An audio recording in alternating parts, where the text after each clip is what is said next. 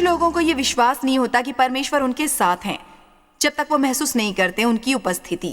पर मत्ती 28:20 के अनुसार, देखो मैं जगत के अंत तक सदैव तुम्हारे संग हूं। परमेश्वर मेरे साथ है, ये जानने के लिए मुझे उन्हें महसूस करना जरूरी नहीं। मैंने बाइबल में इन वचनों का पर्याप्त अध्ययन किया है और वो मेरे लिए हकीकत बन गए हैं। मैं चाहती हूँ कि हम विस्तारित बाइबल में इब्रानियों 13:5 में देखें। ये सचमुच एक बहुत बढ़िया वचन है। ये विस्तारित में थोड़ा लंबा है, पर आइए इसे पढ़ते हैं। और तुम्हारा स्वभाव और नैतिक प्रवृत्ति लोभ रहित हो, उसमें लालच, संपत्ति का अत्यधिक लोभ, लालसा और सांसारिक जायदाद के लिए तरसना शामिल न हो, और जो तुम्हारे पास है उसी पर संतोष करो अपनी संपत्ति और परिस्थितियों से, क्योंकि उसने, परमेश्वर ने आप ही कहा है, ये बहुत बढ़िया है, मैं तुम्हें कभी निराश नहीं करूंगा, मैं तुम्हें कभी न छोड़ूंगा और न बिना सहारे के छोड़ूंगा, कभी नहीं छोड़ूंगा, कभी नहीं छोड़ूंगा, कभी नहीं छोड़ूंगा। मेरे विचार से यदि परमेश्वर एक बार कुछ कहे तो वो सुनने के योग्य होता है। यदि वो 2 बार कहे तो हमें सचमुच ध्यान देना चाहिए, पर 3 बार, कभी नहीं छोड़ूंगा, कभी नहीं छोड़ूंगा, कभी नहीं छोड़ूंगा, मैं तुम्हें बिल्कुल लाचार नहीं छोड़ूंगा, न तुम्हें त्यागूंगा, न तुम्हें निराश करूंगा, न तुम पर पकड़ ढीली करूंगा, बिल्कुल नहीं। उन्होंने इस पर बहुत बल दिया है। इसका मतलब यह है कि इस वक्त आपके जीवन में जो भी आवश्यकता है, यदि आपको मार्गदर्शन चाहिए, परमेश्वर आपको बिल्कुल निराश नहीं करेंगे। यदि आपको आर्थिक आवश्यकता हो, परमेश्वर निराश नहीं करेंगे। यदि कोई संबंध में समस्या है, परमेश्वर कभी निराश नहीं करेंगे। परमेश्वर कहते हैं, मैं तुम्हें कभी नहीं छोड़ूंगा, ना कभी त्यागूंगा। वो हर समय आपके साथ होते हैं, उस गीत की तरह जो डिलेरियस गाता है। कई बार आप उतने ही दूर महसूस होते हैं जितना कि चांद है, और कई बार उतने करीब महसूस होते हैं जितनी हमारी त्वचा है। पर शुभ समाचार यह है कि वो असल में हमसे हमारी त्वचा के जितने करीब हैं, चाहे वो हमें चांद के जितने दूर महसूस हो, क्योंकि वो हम में रहते हैं। हम परमेश्वर का घर हैं। ये लगभग उतना करीब है जितना कोई हो सकता है। परमेश्वर आपको कभी नहीं छोड़ेंगे, न कभी त्यागेंगे। आपको परहेज करना चाहिए यदि आपको कभी ये कहने का प्रलोभन हो, परमेश्वर मुझे महसूस नहीं होते, आप ये कहिए। पर मैं जानता हूं कि आप मेरे साथ हैं। कुछ लोग ऐसा अनुभव नहीं करते कि उनमें बहुत सी प्रतिभाएं या योग्यताएं हैं। वो अपने को बेकार और तुच्छ समझते हैं अपने जीवन में। इसका बड़ा कारण होता है असुरक्षित होना। किसी न किसी तरीके से हमारे जीवन में बड़े होते समय कुछ बातें होती हैं और हमें महसूस होता है कि हम वैसे नहीं हैं जैसे हमें होना चाहिए था। हमारी तुलना दूसरे लोगों से और भाई बहनों के साथ की जाती है। तुम जगत के वैसे ही जैसे क्यों हो? तुम जूही के जैसे क्यों नहीं हो? तुम ऐसे क्यों नहीं हो? तुम वैसे क्यों नहीं हो? तुम्हारे लिए सीखना इतना कठिन क्यों है? तुम इतनी गलतियां क्यों करते हो? तुम कुछ सही नहीं कर सकते। हम वो सुनते सुनते थक जाते हैं, महसूस करते हैं हम किसी काम के नहीं हैं। सबसे बेहतर चीजों में से एक किसी मनुष्य के साथ ये होती है कि वो कभी बनने के लिए स्वतंत्र नहीं होते जो वो हैं। उन्हें हमेशा महसूस होता है कि उन्हें किसी और के लिए अपनी तुलना करनी होती है, उनसे मुकाबला करने की कोशिश करनी होती है। मुझे अच्छा लगता है अलग और एकमात्र अनुपम होना। अब मुझे ये पसंद है, पर अपने जीवन में बहुत वर्षों तक ऐसा नहीं था, क्योंकि आप जानते हैं एकमात्र अनुपम वस्तुएं उनसे कहीं बहुमूल्य होती हैं जो आपको कहीं भी मिल जाती है। और हम सभी में ऐसा कुछ होता है जो किसी और में नहीं होता। शैतान कहता है कि आप विचित्र हैं, पर परमेश्वर ने आपको उद्देश्यपूर्वक आपकी मां की कोख में बनाया होता है। आप कोई भूल नहीं है, आप कोई गलती नहीं है। परमेश्वर की एक अच्छी योजना है आपके जीवन के लिए।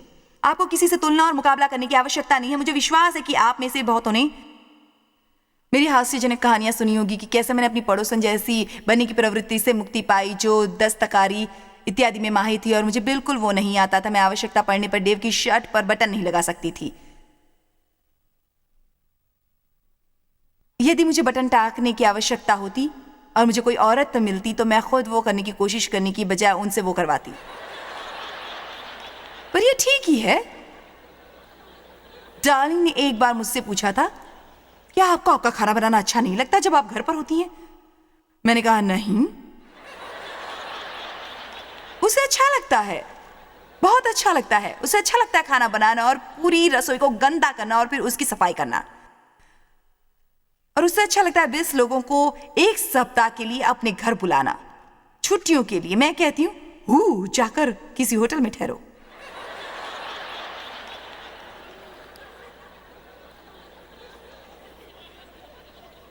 मुझे अच्छी लगती है शांति, सफाई, और मुझे खाना बनाना अच्छा नहीं लगता। यदि मेरी भूखे मरने की नौबत आई तो बना सकती हूँ, पर मुझे वो पसंद नहीं है। पर एक बात याद रखिए, मैं ठीक है क्योंकि मैं दूसरे कामों में होशियार हूं। मैं बोल सकती हूं। मैंने ये कहीं पढ़ा था। आमीन। क्या ये शुभ समाचार नहीं? क्या आपको ये महसूस करने की आवश्यकता नहीं कि आप में कोई खराबी है क्योंकि आप दूसरे लोगों के जैसे नहीं हैं? आमीन, आमीन और आमीन और आमीन। मैं महसूस करता हूं, मैं नहीं महसूस करता। मुझे महसूस नहीं होता कि सचमुच कुछ कर सकता हूं। ये बकवास है क्योंकि रोमियो 12 के अनुसार हर व्यक्ति को विश्वास का माप दिया गया है। उसके बाद उन प्रतिभाओं और योग्यता के बारे में लिखा है जो परमेश्वर मसीह कलीसियाओं में बांटते हैं, और वैसी सभी में वो एक प्रतिभा है जो परमेश्वर ने उन्हें दी है। हम में से हर एक वो कर सकता है जो करने लायक हो। हम केवल इसलिए कई बार उसे पहचान नहीं पाते क्योंकि हमारी नजर उस पर होती है जो दूसरे लोग कर सकते हैं। हम उनसे तुलना करके सोचते हैं मैं जो कर सकता हूं वो इतना महत्वपूर्ण नहीं है। सभी जो करते हैं वो महत्वपूर्ण होता है, हर हिस्सा महत्वपूर्ण होता है, आपका हिस्सा और किसी दूसरे का हिस्सा भी। हर एक व्यक्ति को आत्मा के अनुग्रह के अनुसार दिया गया है। वो हर एक को वो प्रतिभा देते हैं जो वो चाहते हैं। आपको अपनी प्रतिभा को बहुमूल्य समझना चाहिए, उसे तुच्छ या महत्वहीन नहीं समझना चाहिए क्योंकि कोई और वैसा नहीं कर सकता। कुछ लोग ठुकराया महसूस करते हैं जबकि असल में कोई भी उन्हें ठुकरा नहीं रहा होता।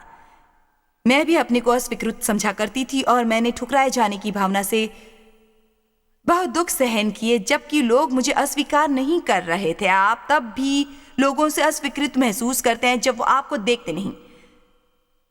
आप सोचते हैं कि आप उन्हें अच्छी नहीं लगते और उन्होंने कमरे में देखा भी नहीं होता। ऐसा नहीं कि आप में कोई खराबी होती है, असल में वो शैतान होता है जो उस भावना के साथ खेलता है। कुछ लोग अभिषेकित नहीं महसूस करते। प्रभु, मुझे वो सब वर्ष याद है जब मैं स्वयं को अभिषेकित महसूस करवाने की कोशिश करती थी। फिर भी यदि मुझे अभिषेकित न महसूस होता, मुझे बाहर जाकर प्रचार करने से डर लगता।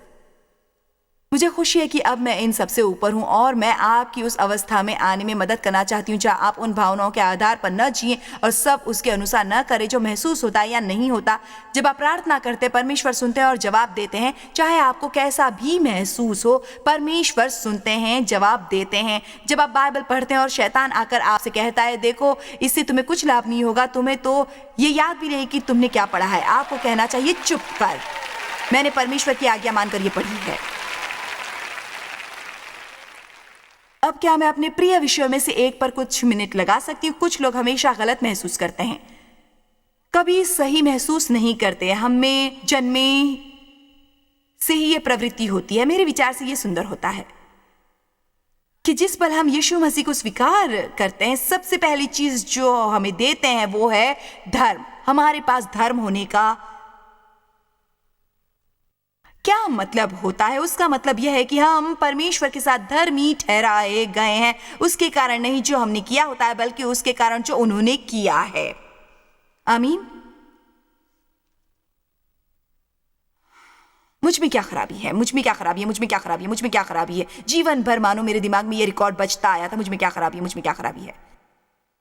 और मैं बहुत कृतज्ञ हुई जब परमेश्वर ने आखिरकार मुझे सिखाया कि उनके लहू के बलिदान के कारण मुझ में धर्मपरायण थी।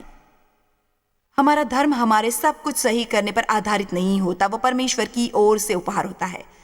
वो आपको अपने साथ धर्मी ठहराते हैं और फिर इस ज्ञान से कि आप उनके साथ धर्मी हैं, आप अधिक अच्छे काम करने आरंभ करते हैं। परमेश्वर की सबसे बढ़िया बात यह है कि वो कभी हमें कुछ करने की आज्ञा नहीं देते जब तक हम वो करने की काबिलियत नहीं पाते।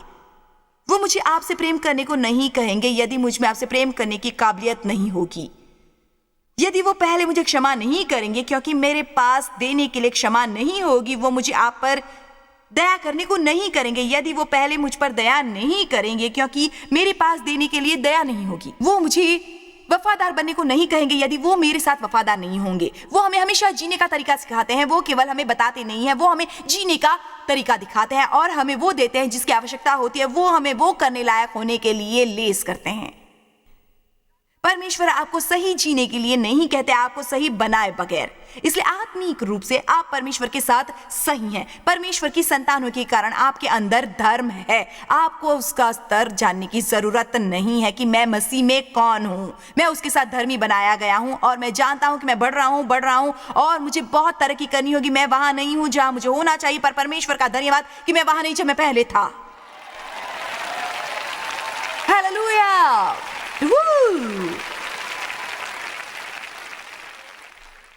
उन भावनाओं को अपने जीवन पर नियंत्रण न करने दो। मैं उसके बारे में बहुत बुरा महसूस करता हूं, पर याद रखिए यह करना कठिन नहीं है। कोई भी ये कर सकता है। आपको केवल अपने विश्वास को इस्तेमाल करना है, तब आप बाहर आएंगे। मेरा आपसे वादा है। आप विश्वास द्वारा यह कहना आरंभ कर सकते हैं, मेरी भावनाएं महत्वपूर्ण नहीं है। मैं जानता हूं मैं कौन हूं। मुझे इसकी परवाह नहीं कि मैं क्या महसूस करता हूं, क्या नहीं करता। मैं जानता हूं बाइबल के अनुसार मसीह के द्वारा क्या मेरा है। मैं मसीह के द्वारा एक नई सृष्टि हूं।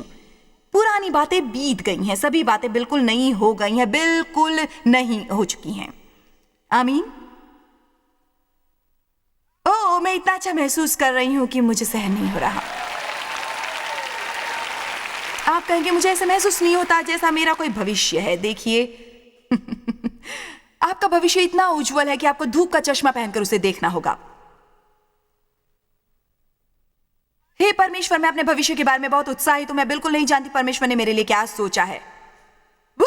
मुझे ये प्रतीक्षा अच्छी लगती है।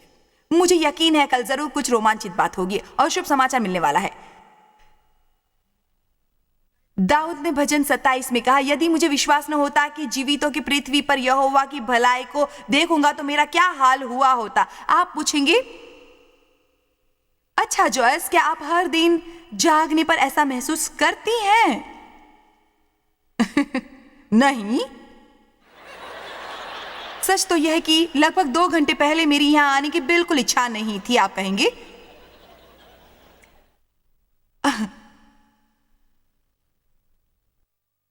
क्या कहा? आपकी यहां आने की इच्छा नहीं थी? नहीं, नहीं, बिल्कुल भी नहीं। मेरी एक जोड़ी जूते खरीदने की और एक बिस्किट खाने की इच्छा हो रही थी।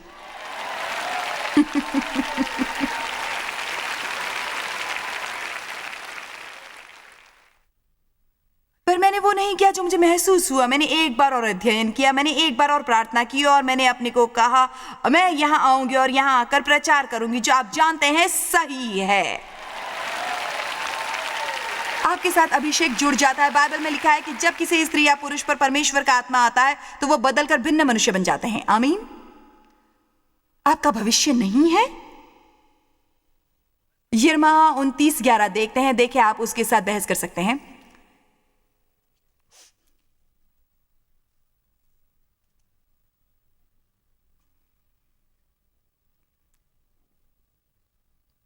क्योंकि यहोवा की वो वाणी है कि जो कल्पनाएं मैं तुम्हारे विषय करता हूं उन्हें मैं जानता हूं, वो हानि की नहीं वरन कुशल की, और अंत में तुम्हारी आशा पूरी करूंगा। मैं आपसे कुछ कहना चाहती हूं। शायद आपकी शुरुआत अच्छी नहीं हुई थी, पर आपकी समाप्ति जरूर अच्छी हो सकती है।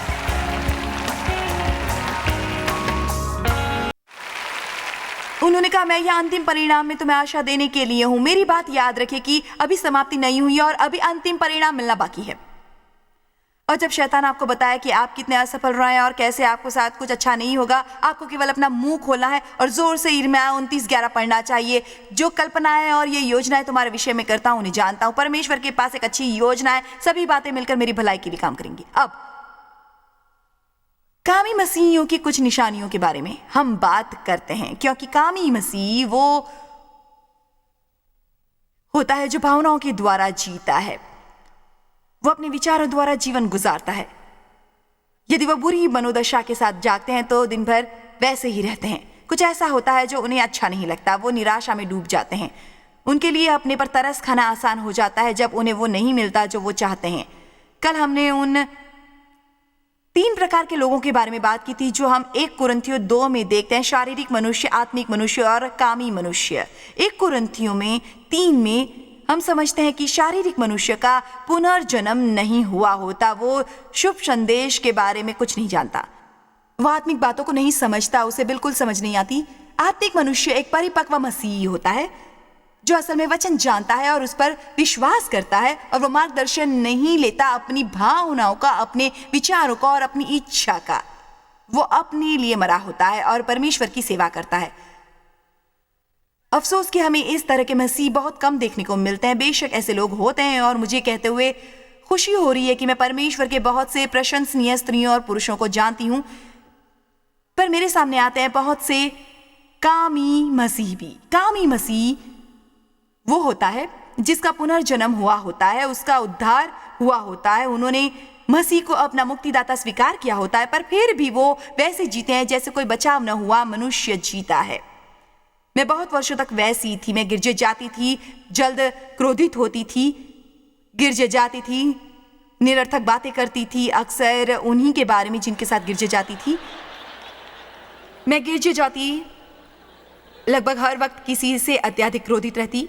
मैं गिरजे जाती, हर बार मेरी इच्छा पूरी न होने पर क्रोधित होती। हमें मसीह बंद गली में भटकने रहने के अलावा कुछ करना चाहिए।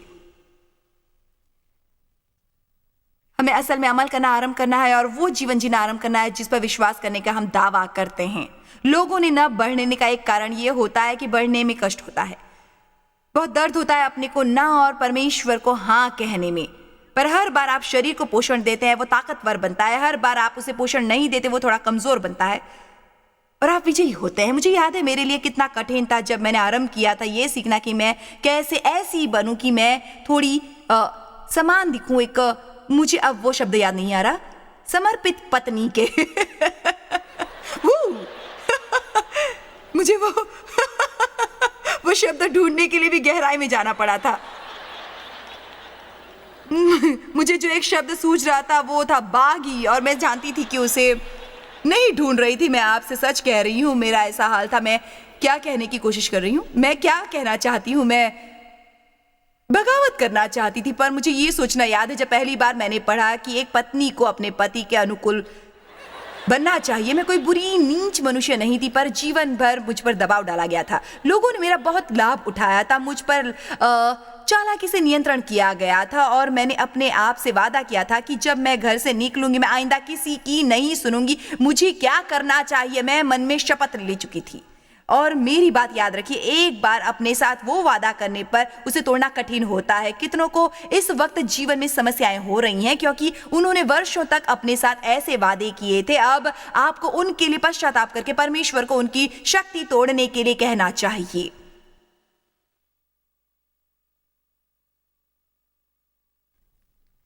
और मेरे लिए बहुत कठिन था अपना मुंह बंद रखना जब मैं अपने को सही समझती थी। मेरे लिए बहुत कठिन था असल में किसी और की सुनना और उनके विचारों को सम्मान करना और ये विश्वास करना कि शायद वो लोग सही थे और मैं गलत थी। मेरे लिए बहुत कठिन था किसी और से ये सुनना कि मुझे क्या करना चाहिए। पर जब मैं उस मोड़ पर पहुंची जहां मैं सचमुच परमेश्वर के लिए वो करना चाहती थी, मैं इसलिए वो करना चाहती थी क्योंकि मैं उन्हें उनसे प्रेम किया और इसलिए कि मैं वचन पर विश्वास करती थी और जानती थी कि वो सही है। आपको परमेश्वर के सम्मान के लिए वो करना चाहिए जो आप करना चाहते हैं। आमीन। बाइबल के अनुसार घरों में किसी प्रकार की व्यवस्था होनी चाहिए। मैं नहीं मानती कि पुरुषों को स्त्रियों पर शासन करना चाहिए। मालिकों जैसे औरतें आदम के पांव की नींव से नहीं बल्कि हव्वा उसकी बगल से बाहर आई थी। पुरुषों को स्त्रियों पर नियंत्रण नहीं करना चाहिए। हम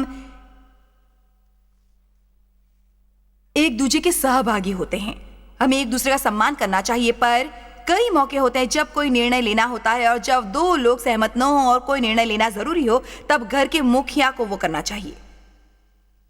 अच्छा है कि यहां एक स्त्री है जो मुझसे सहमत है। अच्छा होगा कि मैं कुर्सी लेकर बैठ जाऊं, इसमें समय लग सकता है। सबसे बड़ी समस्याओं में से एक जो आज हमारे समाज में है, यह है कि कोई नहीं चाहता उन्हें बताया जाए उन्हें क्या करना है। ऐसी सभाओं में मसीह कैसा व्यवहार करते हैं जब हम उन्हें कहीं बैठने से मना करते हैं क्योंकि वो हिस्सा बंद होता है। मुझे ये मत बताइए मुझे कहां बैठना चाहिए। पर वो प्रार्थना की कतार में घुसना और चमत्कार पाना चाहते हैं। मैं इन बातों से थक गई हूं।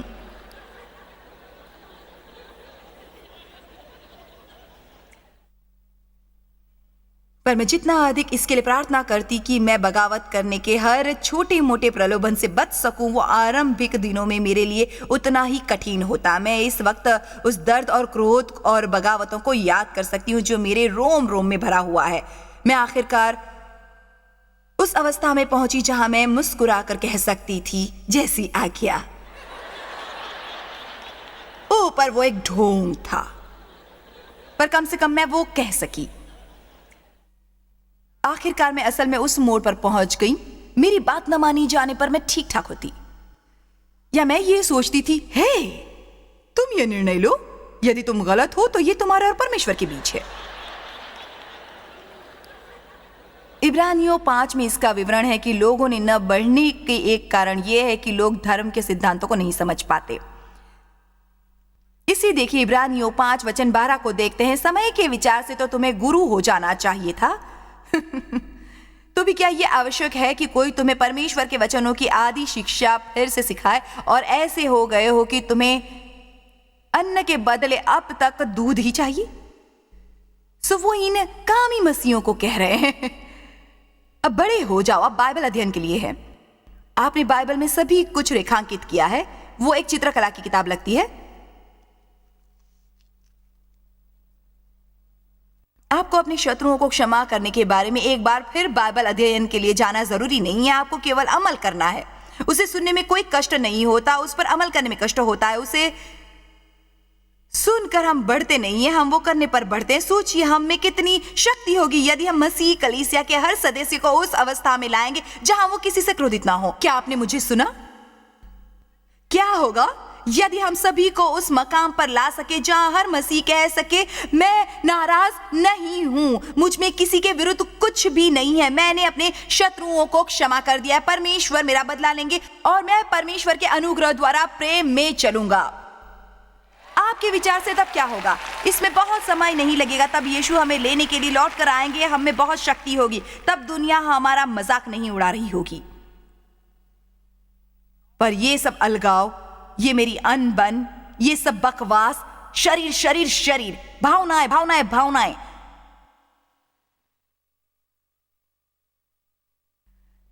आप चाहे किसी के बारे में कैसा भी महसूस करते हो, आप उनके साथ प्रेम द्वारा चलने का चुनाव कर सकते हैं। प्रेम तैयार रहना होता है, महसूस करना नहीं।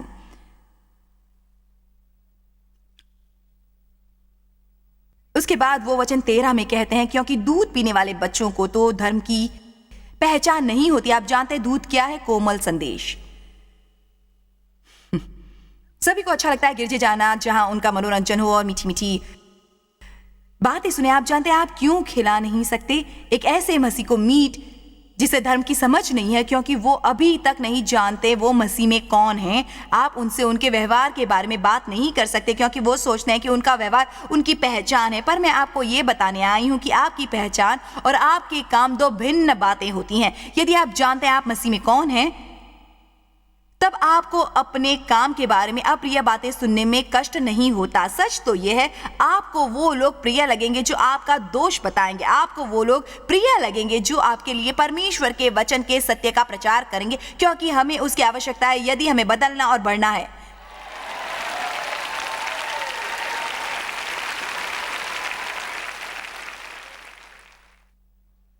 आप नहीं जानते मेरी कितनी इच्छा होती है कि काश किसी ने मुझे वो बताया होता जो मैं बता रही हूं।